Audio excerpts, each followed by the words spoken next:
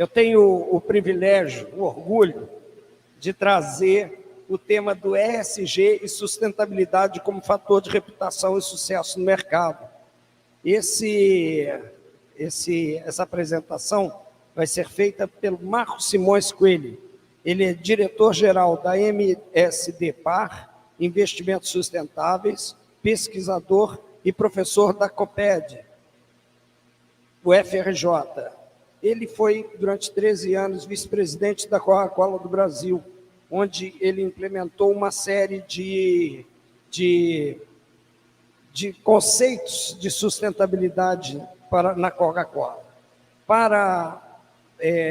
Então, Marcos, por favor, já está na sala? Opa! Obrigado pela presença, Marcos. Só para vocês terem uma ideia, o Marcos está, nesse momento, nos Estados Unidos, correto, Marcos? Está fazendo a apresentação para a gente através da América do Norte. Para recepcionar o Marcos, eu vou chamar André Ferraro, que é presidente da ANAMA, Associação Nacional de Municípios e Meio Ambiente. Ele é presidente da Seccional Bahia. Marcos, senta do lado de cá que vai ficar melhor por causa da filmagem. E, em breve, Dr. Jorge Castellucci, que é assessor especial da UPB, do presidente da UPB, que é a União dos Prefeitos da Bahia. Marcos, você vai fazer a apresentação daí, não é isso? Você Perfeito. Estão me ouvindo bem? Espera aí, só um minuto, seu áudio. Estão me ouvindo aí? Você pode começar assim. Ok. Então, boa tarde a todos. Eu vou pedir para colocar minha apresentação, que já está carregada aqui. É possível? Perfeito. Gente, olha, é um prazer estar com vocês. Muito obrigado pelo convite. Eu agradeço muito ao Paulo Bustamante, que está conosco aqui, que foi quem me chamou para essa conversa. E eu estou aqui realmente, no momento, nos Estados Unidos. Eu vim fazer uma série de reuniões aqui. Atualmente, meu trabalho é vinculado realmente a essa área de investimentos sustentáveis. Eu gostaria, eu não estou conseguindo enxergar a sala. Se fosse possível colocar a outra tela para mim aqui, é possível? Isso, obrigado. Assim fica um pouco melhor para poder fazer a apresentação. Consigo ver melhor. Bem, então, como foi falado aí rapidamente, só para dar uma volta aqui, eu dirijo essa empresa de investimentos sustentáveis, sou professor pesquisador no COPIAD, da UFRJ, né? E também sou conselheiro de uma série de organizações no Brasil e fora do Brasil, vinculadas à questão de sustentabilidade. A minha carreira foi realmente muitos anos na Coca-Cola, fiquei quase 20 anos na Coca-Cola no total. Antes disso, eu fui diretor estatutário da Supervia, aquela organização que faz transporte no Rio de Janeiro. Antes fui diretor superintendente nos grupos do Grupo Abril, e antes comecei minha carreira como consultor na Accenture. Eu sou doutor em administração de empresas, mestre em administração também, fiz uma pós em comunicação de massa e estudei jornalismo na UFMG, onde eu comecei a minha vida antes. Eu quero falar um pouco para vocês hoje sobre a questão de sustentabilidade, como ela afeta a visibilidade e a reputação das empresas. Eu não sou uma pessoa da área pública, nunca trabalhei na área pública, achei interessante assistir as palestras aí vinculadas às questões específicas da Bahia, né? E de uma forma mais genérica com relação às ações vinculadas ao segmento, ao setor público. Mas eu vou dar uma visão de como que é essa reputação e como que é a questão de sustentabilidade vista sob uma ótica empresarial, principalmente. E espero que isso tenha algum tipo de ressonância e de proximidade com relação ao trabalho que vocês estão fazendo aí. E sinto muito não poder estar com vocês hoje no jantar em Santo André, porque isso é um dos lugares mais lindos do mundo e estaria bem melhor estar aí do que aqui, no começo do inverno aqui. Seria muito mais agradável estar no começo do verão no Brasil e principalmente na Bahia. Bem, então lembrando, de onde vem sustentabilidade? O conceito de sustentabilidade vem desse relatório de Brundtland, que foi lançado pela ONU em 1987. E a definição de desenvolvimento sustentável é a capacidade de atendermos às necessidades do presente permitindo que as gerações futuras também atendam às suas necessidades. Quer dizer, o importante é que a gente possa tirar do mundo, possa usar o mundo de uma forma em que nós não afetemos o que os nossos filhos, nossos netos, nossos bisnetos vão ter a oportunidade de fazer também. Temos que pensar nas futuras gerações e no legado que nós deixamos para eles. E sustentabilidade, basicamente, é uma maneira menor de dizer desenvolvimento sustentável, ou seja, a mesma coisa. Por que surgiu esse conceito? Esse conceito surgiu basicamente porque nós, como espécie, os Homo sapiens, somos muito, muito, muito bem-sucedidos. E com isso, nós criamos uma superpopulação no mundo. Hoje, quer dizer, essa semana, nós atingimos 8 bilhões de pessoas no mundo, né? Destruindo um monte de outras espécies, ocupando espaço da natureza e realmente nos tornando prevalentes sobre o planeta como um todo. O que acabou provocando, a partir principalmente do século XIX, uma acelerada mudança climática, né? E com isso surgiu esse conceito, que é o conceito do antropoceno, ou seja, uma era geológica criada pelo homem. Isso é uma teoria que vem desde 2000 e que diz basicamente que o Holoceno, que é a última era geológica que nós estamos, está sendo exterminada, está sendo acabada pela ação humana, porque nós fizemos uma grande mudança na composição da atmosfera, aumentamos o efeito estufa nesse período, extinguimos um monte de espécies, mudamos os rios, mudamos os cursos, né, dos rios, mudamos a forma como a natureza trabalha, diminuímos a possibilidade de crescimento de florestas. Então, tudo isso que começou com a agricultura, se intensificou com a Revolução Industrial, está completamente visível no mundo a partir da segunda metade do século XX. E agora a gente sabe que isso está acelerando, ou seja, temos uma mudança dramática sendo criada no mundo através da ação humana.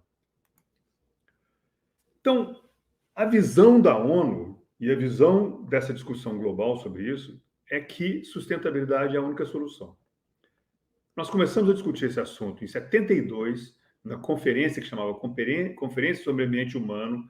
Olha como interessante esse foco, que naquele momento era totalmente vinculado às pessoas, não era vinculado à natureza. Depois veio o relatório Brundtland, em 87, que foi que trouxe essa visão de desenvolvimento sustentável. E aí, a primeira conferência sobre meio ambiente e desenvolvimento aconteceu no Rio, em 1992, que foi seguida pela Rio 2000, Rio+10, que foi em Joanesburgo, depois a Rio+20, também no Rio, já chamada de Desenvolvimento Sustentável. E aí tivemos a Cúpula de Desenvolvimento Sustentável, onde foram lançados os Objetivos de Desenvolvimento Sustentável em 2015. E, finalmente, tivemos a Rio+30, que foi lançada para ser no Rio de Janeiro e depois acabou sendo cancelada, né? Mas a Prefeitura do Rio criou a iniciativa rio2030.org para que pudesse ter essa discussão de uma forma online e que, pelo menos, isso não ficasse totalmente perdido. Então, esperamos que no próximo ano a gente volte a ter uma ação muito forte com relação a esse tema, a gente possa estar se encaminhando para falar sobre a questão do desenvolvimento sustentável. Aqui eu tinha um vídeo, mas que eu não consigo carregar o vídeo. É um vídeo que fala um pouquinho sobre o que são os ODS, né? Infelizmente, nessa plataforma que a gente está usando, eu não consigo carregar o vídeo. Mas esse vídeo mostra basicamente isso aqui. Quais são os Objetivos de Desenvolvimento Sustentável, que são 17, debaixo dos quais nós temos 170, quase, metas, tá? E que buscam até 2030 melhorar essa ação humana no mundo, começando com a erradicação da pobreza como um todo, quer dizer, ninguém mais passar fome zero, que é o segundo, melhorando a saúde das pessoas, a educação, garantindo a equalidade na questão de gênero, melhorando a água e saneamento, energia acessível e limpa, energia baseada em energia solar, energia eólica, que seja melhor do que a energia que é usada hoje, principalmente no hemisfério norte, emprego para todos, E aí o 9 e o 12 que eu estou marcados aqui são os que têm impacto diretamente nas questões empresariais, né? A questão de indústria, inovação e estrutura, né? E no 12, que é o consumo e produção responsáveis. O 10 é redução de desigualdades e o 11 é vinculado à questão de cidades, tornando as cidades mais sustentáveis. O 13 são os combates a alterações climáticas, de uma forma significativa aqui. O 14 fala sobre a vida debaixo da água, nos oceanos e nos rios. O 15 é a vida na terra, sobre a terra. 16, paz, justiça e instituições fortes. E, finalmente, 17, as parcerias em prol das metas, que é como você junta tudo isso de uma maneira que se encaixe e que possa ser feito por todos. Então, qual que é a resposta corporativa ao desenvolvimento sustentável? Ela é uma resposta em 3 dimensões, que são uma forma de que a gente possa ter um desenvolvimento onde as empresas sejam economicamente viáveis, sejam ambientalmente corretas e socialmente justas, ou seja, tenha o social, o ambiental e o econômico trabalhando junto para poder conseguir fazer a mudança, o desenvolvimento e o crescimento que é necessário, porque a sociedade precisa crescer, precisa gerar emprego, precisa melhorar a condição de vida das pessoas, e para isso você precisa assegurar que as empresas, que são que realmente geram riqueza e empregos, estejam saudáveis para que possam pagar seus impostos, possam contratar as pessoas e possam trabalhar de uma forma que tenha a menor pegada ambiental possível. Né? E a legislação e a expectativa da sociedade tornaram esses ODS que eu acabei de falar, os Objetivos de Desenvolvimento Sustentável, um consenso empresarial. A tal ponto que eu coloquei aqui um artigo, né, falando sobre a mensagem da maior gestora de fundos do mundo, que se chama BlackRock. A BlackRock escreveu uma carta para todos os seus investidos. A primeira foi há 5 anos, e a partir daí, todos os anos, eles repetem isso e falam de uma forma cada vez mais forte, dizendo que quem não tiver ajustado para essas questões econômicas, ambientais e sociais, vai ser deixado para trás. Ou seja, deixará de ser uma empresa investida da BlackRock ou não poderá se tornar uma empresa investida da BlackRock. E esses ODS 9 e 12, que eu mostrei lá atrás, de uma forma mais forte, quer dizer, eles demandam exatamente isso, quer dizer, que tem que alcançar uma gestão sustentável, com infraestrutura eficiente e o uso de recursos naturais de forma adequada. Promover a industrialização inclusiva e nutrir inovação, reduzir a geração de resíduos por meio da prevenção, redução, reciclagem e reuso em toda a cadeia de valor de forma muito significativa. E, finalmente, alcançar o acesso equitativo e preços acessíveis no varejo, para que as pessoas possam ter acesso ao que realmente é necessário. Então, como é que isso se traduz em ESG? Essas 3 dimensões, social, ambiental e econômica, são chamadas de Golden Triangle, o triângulo de ouro. Tá? Então, elas formam esses 3 vértices que são o triângulo, né? O social, o ambiental e a governança, na verdade, que é o novo formato que substituiu a economia, torna-se ESG, ou seja, o ESG, nada mais é do que o Golden Triangle, o Triângulo Dourado, com uma pequena alteração de nomenclatura e com uma visão um pouquinho mais abrangente nas empresas, porque ela fala não só da dimensão econômica, mas da dimensão de governança como um todo. Ou seja, ela diz que não é apenas você gerar lucro ou ter uma empresa economicamente ativa, mas é a forma como chega lá, com um conselho que seja suficientemente diverso, garantindo que as pessoas tenham voz, tenham acesso, ou seja, tem uma visão de economia um pouco mais ampla. Então, foi isso que se tornou o ESG, o E de Environment, que é ambiental, S social e o G de governança. E a natureza do ESG, do ESG, é que ele é absolutamente holístico, ou seja, ele busca o total da visão da empresa, incluindo essas 3 áreas, e ele seja feito de uma forma integrada, respeitosa com toda a diversidade, com todas as áreas, conservador no sentido de que ele deve estar sempre conservando o que existe, ou seja, não desperdiçando, não jogando as coisas fora, e trabalhando de uma forma que seja realmente uma resposta às grandes motivações da sociedade. Todo o meu trabalho acadêmico ele é vinculado a essa questão das motivações que levam as empresas a se tornarem mais sustentáveis. E, basicamente, o meu trabalho publicado, ele diz que são 4 grandes motivações, que são uma motivação aqui em cima, né, que a gente chama de seguro social, ou seja, que é o que as empresas fazem para garantir que elas estão bem com a sociedade no seu entorno. A questão da legitimidade, que é você não só cumprir a lei, mas também cumprir a expectativa da sociedade, né? A melhoria dos processos, que é você diminuir o uso de materiais, né? Ter menos matéria-prima, ter menos uso de água, menos uso de energia, ou seja, que melhora diretamente os seus resultados, porque você está tendo menos custos com relação a isso.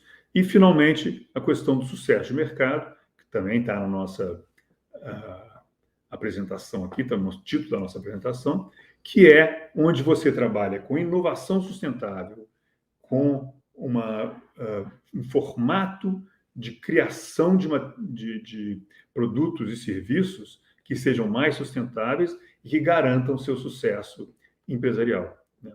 Então, são essas 4 grandes dimensões. E o que eu descobri com a pesquisa foi que, primeiro, os mercados menos desenvolvidos e menos competitivos são mais focados nas questões de seguro social e legitimidade, e os mercados mais desenvolvidos e mais competitivos, basicamente, estão focando hoje mais na questão de melhoria de processo e no sucesso de mercados.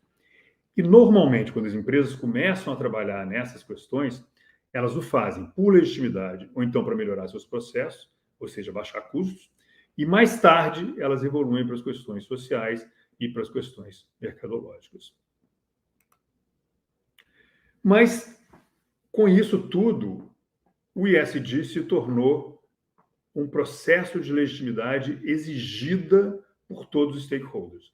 Você vê aqui, eu coloquei até um exemplo aqui, que até o Rock in Rio, teve que se tornar uma organização o mais sustentável possível. Quer dizer, todas as organizações têm que ter essa visibilidade vinculada ao sustentável, vinculada ao ESG, para poder ter legitimidade junto aos seus stakeholders.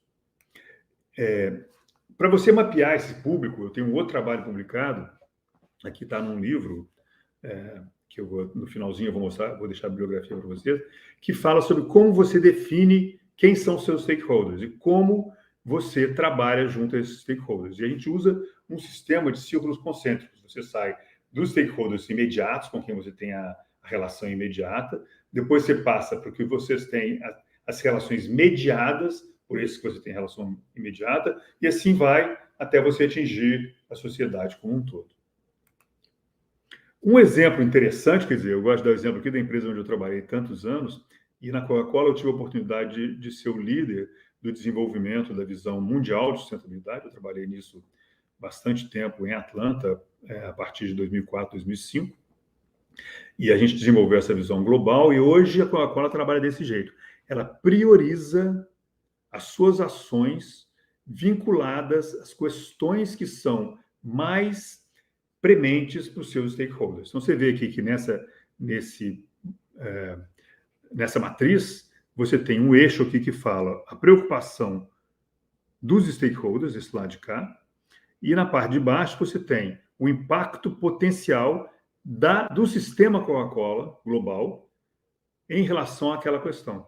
Então, você vê que o ponto mais alto de todos, está lá em cima, do lado direito, lá em cima, é a questão de embalagens, né? Embalagens é a preocupação número 1 dos stakeholders e é o ponto onde a Coca-Cola pode ter o maior impacto global se ela conseguir melhorar as embalagens. Por isso, ela tem trabalhado muito fortemente em diminuir a gramatura, ou seja, a quantidade de material que é usado em cada uma das suas embalagens, ao mesmo tempo que ela trabalha com reciclagem, reuso, de uma forma acelerada para conseguir garantir que vai ter uma mudança, que tenha uma mudança significativa nesse ponto. E o segundo ponto também, lá em cima, logo abaixo de embalagens, é a questão de uso de água, que também é o segundo, que é a principal matéria-prima da Coca-Cola, mundialmente, e é o segundo item onde pode ter maior impacto global. Então, são as duas grandes áreas onde a Coca-Cola tem seu foco, onde gasta a maior parte dos seus investimentos sustentáveis. Mas depois tem vários outros itens que a empresa faz, baseadas sempre nessa matriz que fala de stakeholders e fala de impacto real que a empresa pode ter. E para, assim, meu orgulho, na verdade, já que eu fui a pessoa que puxou essa definição na Coca-Cola lá atrás, né? Comecei a trabalhar isso, como falei, 17, 18 anos atrás.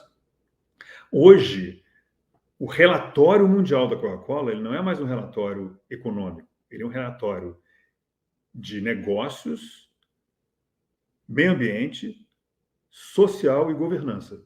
Então, ele se tornou um relatório único que toca em todos os pontos de ESG.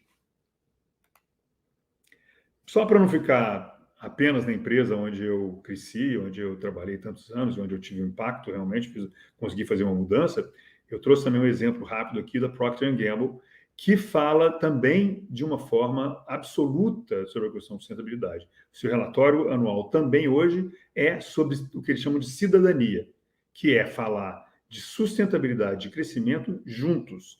Eles também não falam mais apenas de crescimento, apenas de economia, né? O CEO diz que juntas as pessoas da PSG aceitam a responsabilidade de continuar a ser uma força pelo crescimento, ao mesmo tempo em que são uma força pelo bem do mundo. E eles têm uma meta até 2040 de ter zero emissões em toda a sua cadeia de valor, desde as matérias-primas até a colocação no varejo dos seus produtos. Então, para finalizar, assim, eu sempre gosto de colocar um pouquinho de bibliografia, quem tiver interesse em se desenvolver nessas questões. Eu recomendo aqui esses livros. Infelizmente, aqui na hora que eu puxei para dentro da plataforma aqui, está um pouco desformatado, mas depois eu vou mandar para o grupo lá. Eu sempre falo dessa trilogia da Rocky Mountain Institute, que é a base do que é sustentabilidade. São 3 livros muito interessantes, que é o Capitalismo Natural, o Capitalismo Climático e o Reinventando o Fogo. O Cruz tem esse livro que se chama Introdução ao ESG, aqui à direita, esse azulzinho, infelizmente está desformatado. Nós tivemos aqui um livro lançado pela ABA, que é a Associação Brasileira de Anunciantes, chamado Reputação. Reputação, os consumidores compram reputação e não produtos, tá? Que foi coordenado pela Sandra Martinelli e pela Andrea Roma, e eu sou um dos autores que estou nesse livro. E também a ABERJ, que é a Associação Brasileira de Comunicação Empresarial, tem um livro que foi capitaneado pela Elisa Prado, estava tentando lembrar, minha grande amiga, Elisa Prado, e onde eu também tenho um capítulo escrito por mim, que se chama Gestão da Reputação, Riscos, Crise e Imagem Corporativa. E, finalmente, tem esse livro bastante interessante, que é o ESG, o Cisne Verde e o Capitalismo de Stakeholder, tá? Que também é um livro bastante interessante, que fala desses temas sobre os quais eu palestrei agora. Então, só fazendo um rápido resumo de tudo que eu quis falar hoje, assim, o homem é que está no centro da questão das mudanças climáticas. A sustentabilidade é a forma que nós temos de manter o nosso planeta mais ou menos saudável, pelo menos mais ou menos, para as futuras gerações. A ONU criou e disseminou esse conceito de desenvolvimento sustentável, e as empresas partem de 4 motivações para criar suas respostas, que são sempre individualizadas à questão do desenvolvimento sustentável. O ESG é o Golden Triangle, né, que junta a sustentabilidade ambiental e social com a governança corporativa. E, finalmente, toda a reputação empresarial, corporativa, e eu tenho certeza que a reputação também dos diferentes níveis de governo está diretamente ligada às questões de sustentabilidade. Com isso, eu agradeço novamente o convite para participar dessa palestra, lembrando as palavras do Ban Ki-moon, que foi secretário da ONU, secretário-geral da ONU até 2015, né, que ele disse que a nossa geração pode ser a primeira a assistir o fim da pobreza. Pelo menos ele estava sendo otimista em relação a isso, e tomara que isso seja verdade até 2030. Mas também nós podemos ser a última geração que ainda pode resolver a questão da mudança climática antes que seja tarde demais. Muito obrigado e estamos à disposição aí para a gente falar mais aí.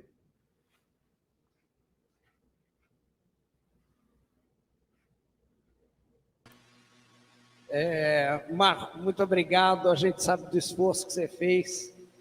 Te agradecer muito compartilhar o conhecimento com a gente. Doutor Jorge ainda não chegou aqui. Eu vou te passar a palavra para o André Ferraro.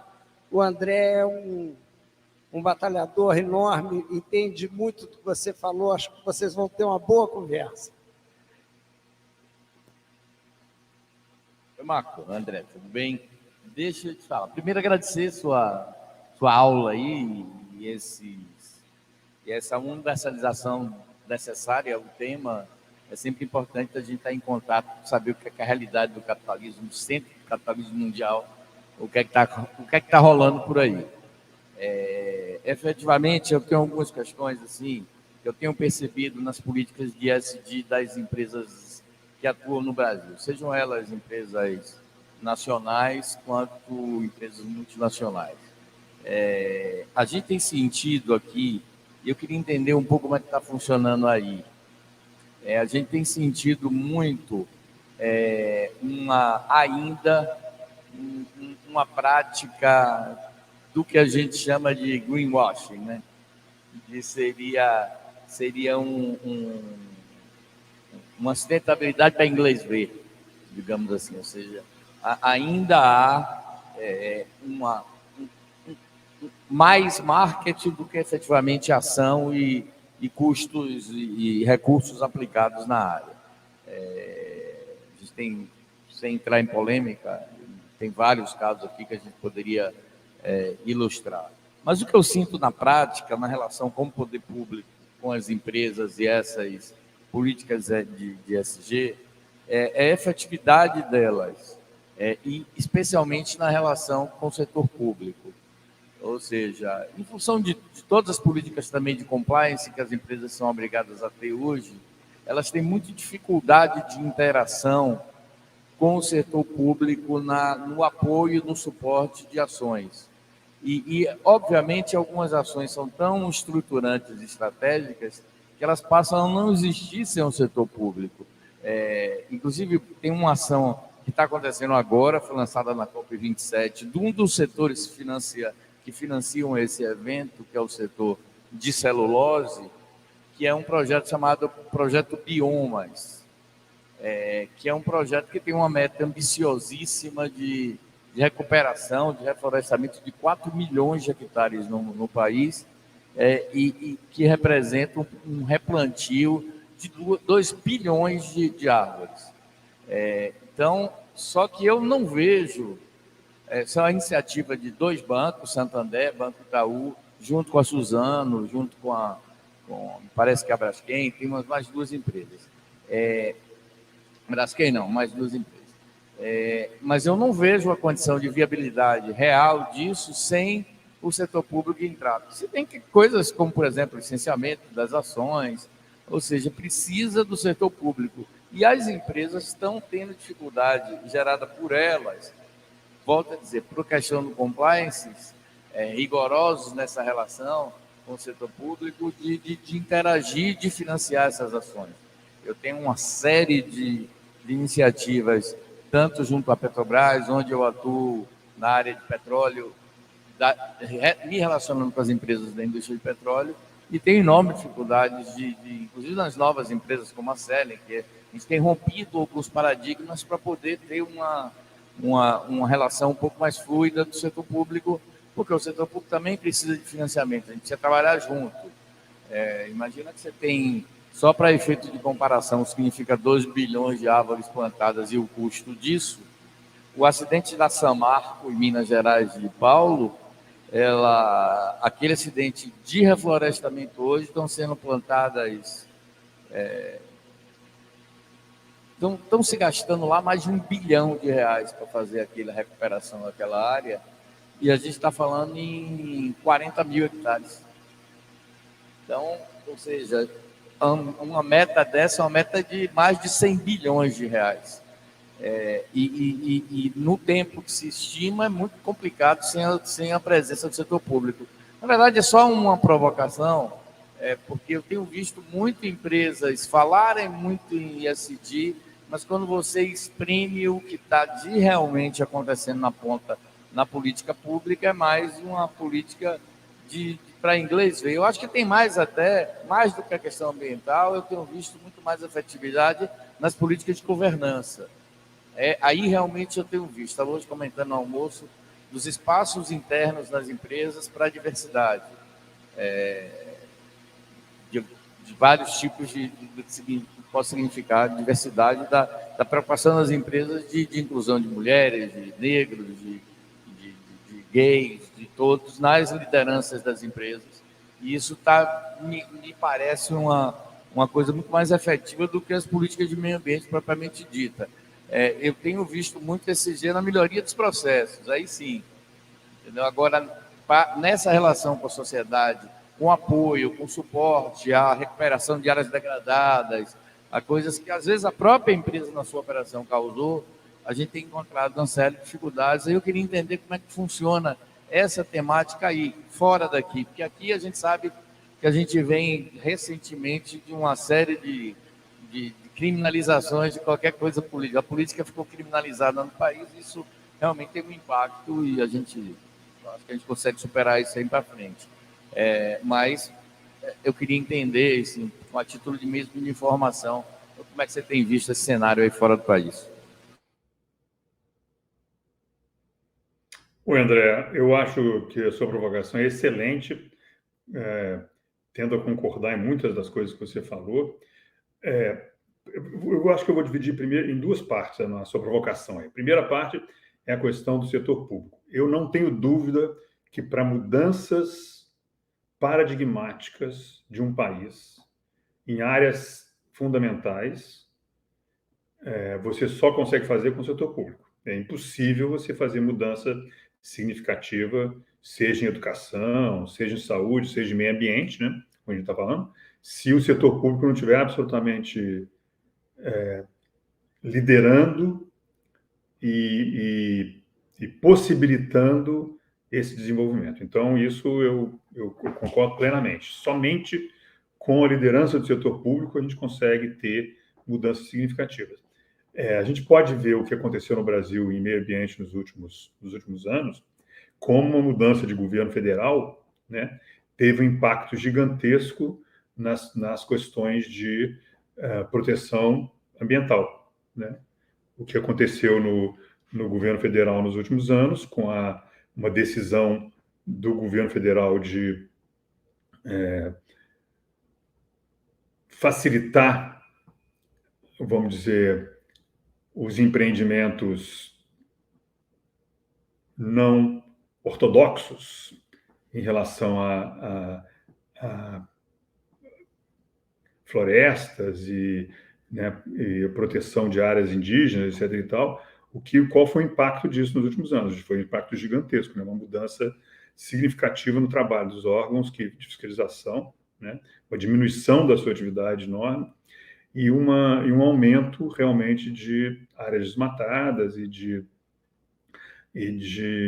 processos de invasão de floresta e tal. Então, sem o governo, né, sem o governo embarcado, e em qualquer lugar do mundo, você não consegue fazer mudança.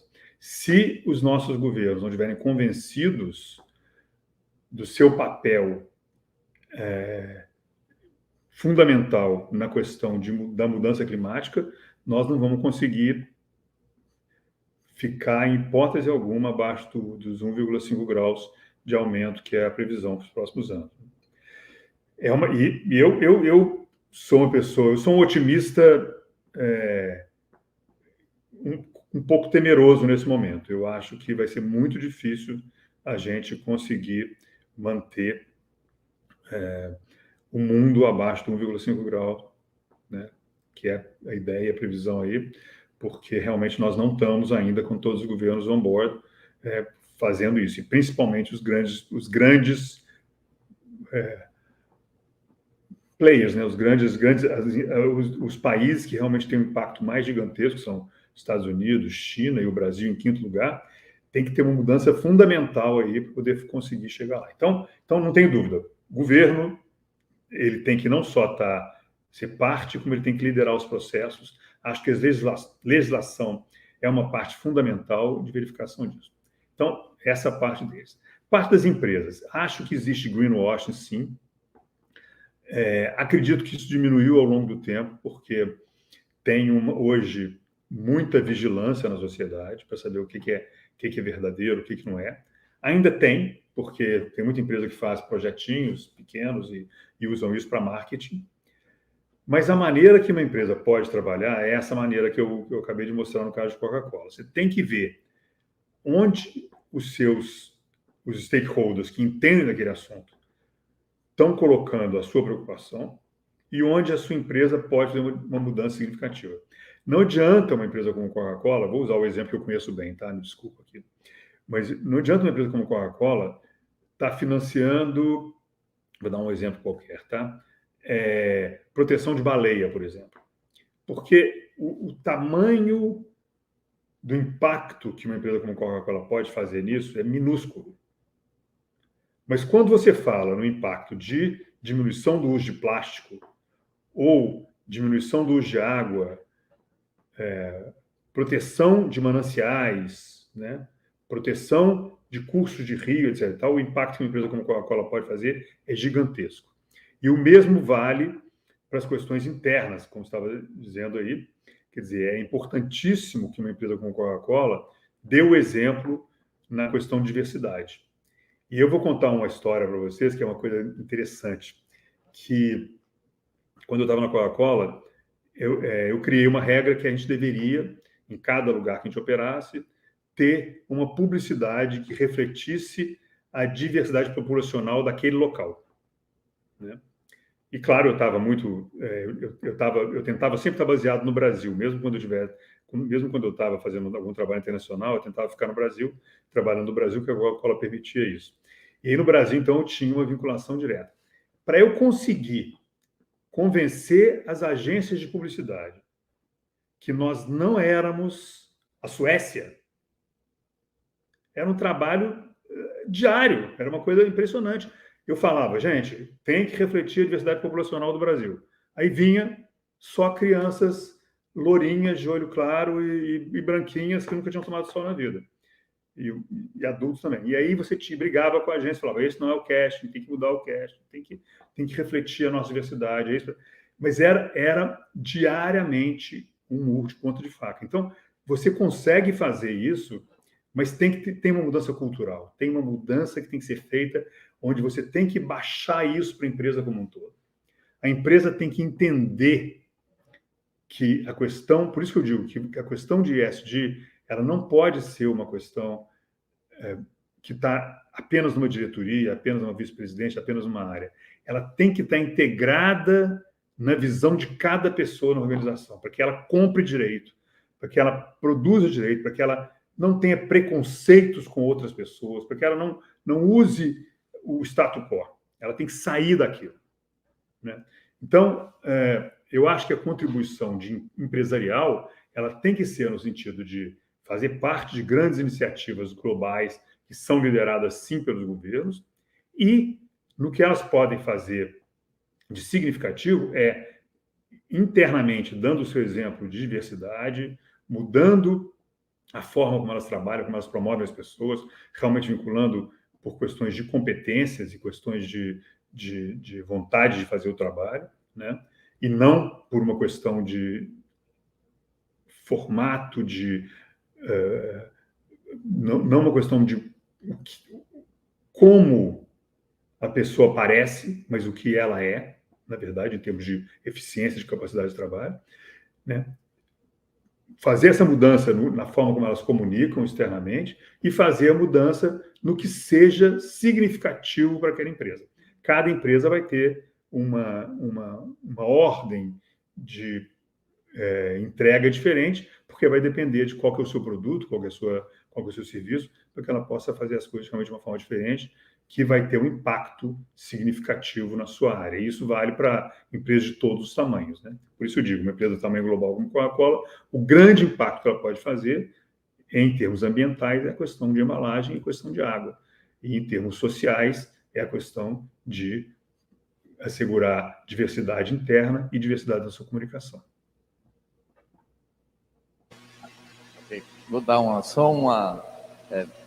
você falando aí, eu fazendo uma reflexão de umas coisas que a gente tem pensado muito aqui nas discussões internas, inclusive dos fóruns da ANAMA, de como que a gente pode provocar isso no setor público, ou seja, um ESG do setor público, digamos assim, que recentemente, inclusive, eu estive num órgão público estadual que é ligado ao meio ambiente, a gente pode falar aqui que eles ficam no mesmo prédio e o mesmo órgão que autua as empresas por descarte de lixo irregular, na porta tinha um saco enorme de copo plástico, que esse mesmo órgão usa o copo plástico e estava num lixo não reciclado, não ali no lixo normal, na porta do órgão estadual. Então, nesse momento me vem na cabeça assim, é meio hipocrisia, né?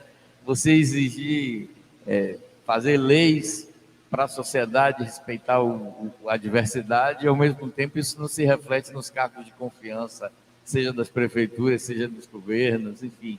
Eu acho que a gente precisa aproveitar esse embalo e também fazer essa provocação para o setor público. O setor público precisa também ter políticas públicas de ESG dentro do próprio setor para poder cobrar das empresas eficiência nessas propostas que elas têm e ter mais credibilidade para montar essas parcerias, entendeu, Paulo? Acho que é muito importante, que eu sinto, eu fiz essa provocação para falar agora a minha culpa. Na verdade, o Estado brasileiro e os governos brasileiros carecem de credibilidade para ter essa relação um pouco mais transparente. E, graças a Deus, a gente tem, lá no meu município, na nossa região, a gente tem conseguido resgatar um pouco essa credibilidade na prática, também aproveitando no momento da formação de uma nova empresa no Brasil da área de energia, que entra pelo combustível fóssil, mas vai investir também em combustíveis renováveis, que é a Selen, você não deve conhecer ainda, mas é uma empresa que comprou parte da operação da Petrobras aqui na região da Bahia, especificamente uma das maiores refinarias do Brasil, e a gente já está resgatando um pouco dessa parceria, e isso me faz um motivo de orgulho grande, até para a gente estar criando. A Baía Todos os Santos é a segunda maior baía de água brigada do mundo, navegável e tropical a maior. E a gente está construindo lá em parceria com apenas um ano de existência de empresa, e aí é ESG na prática, e não é greenwashing. A gente está construindo lá um parque ambiental com o maior centro de estudo de vida marinha da Bahia. Então, a gente vai ter lá um centro avançado de estudo de recuperação de fauna e flora da Baía Todos os Santos. Então, isso é muito importante para futuras gerações, e é exatamente onde a empresa atua. Está dentro do que você está falando, ou seja, aquela coisa de financiar projetos ambientais muito distantes de onde a empresa atua, soa meio estranho, meio esquisito. Então, se eles atuam na Baía Todos os Santos, vamos atuar para recuperar as águas da Baía Todos os Santos e deixar a Iemanjá viver em paz. Então, é basicamente isso. É mais um bate-papo para contribuir aí. É muito importante ouvir essas experiências internacionais e essa esperança otimista que você carrega no coração, Marco, que contagia a gente aqui de que realmente é possível. Eu acho que a gente está propondo agora, muito se falou na virada do ano 2000, né, do novo momento, a Era de Aquários, lembra disso? A gente vai viver um tempo de mais sensibilidade. Tá? Eu acho que a gente está começando a Era de Aquários agora, né, com essas políticas assim. Está falando em coisas que são coisas de do bem. A gente quer montar uma sociedade que seja uma sociedade do bem, mais equilibrada, com consumo consciente, com respeito ao outro, com mais inclusão, com combate. São os objetivos do desenvolvimento sustentável e que estão ajudando como norte da gente construir essa sociedade melhor para todos nós.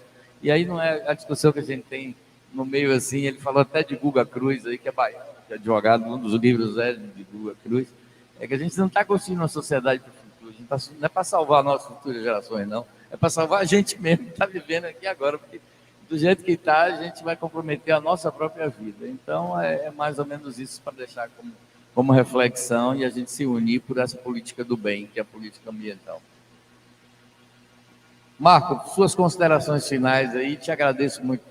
E do próximo evento, que vai ser ano que vem, já te aviso que vai ser ano que vem, a gente está articulando que seja ainda no primeiro semestre, e a gente conta com sua presença física aqui para a gente comer uma moqueca de camarão e a gente bater um papo pessoalmente. Um grande abraço. Muito obrigado. Olha, eu me comungo aí com o André, realmente que a minha esperança é de que a gente viva dias melhores para frente, no sentido de conseguir fazer as coisas certas e mudar essa tendência tão negativa em que a gente vive, né? Em termos climáticos, principalmente. E, olha, me convidem, ir à Bahia é sempre um prazer. Então, sabendo com antecedência, a gente programa assim, vou estar com vocês aí. E eu estou sentindo muitíssimo no poder estar em Santo André junto com vocês hoje à noite, que é um dos lugares mais lindos que eu já conheci na minha vida. Então, aproveitem muito, sem mim, e espero que eu possa estar na próxima com vocês. Um grande abraço. Tá?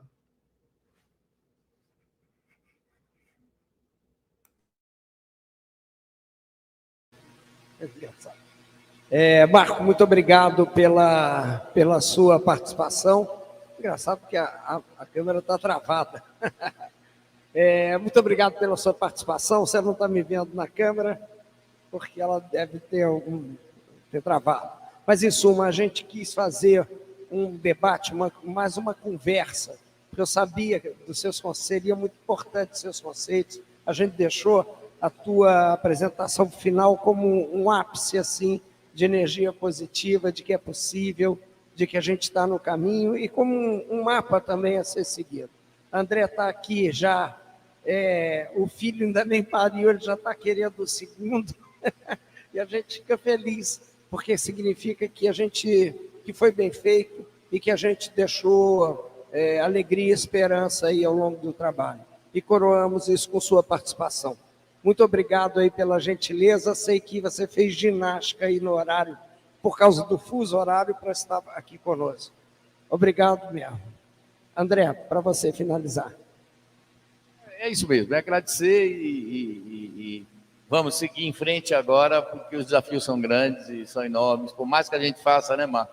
Está difícil a gente atingir as metas, mas é para a gente seguir e tocar o barco para frente. Muito obrigado a todos e até o próximo evento. Se Deus quiser, em maio do ano que vem.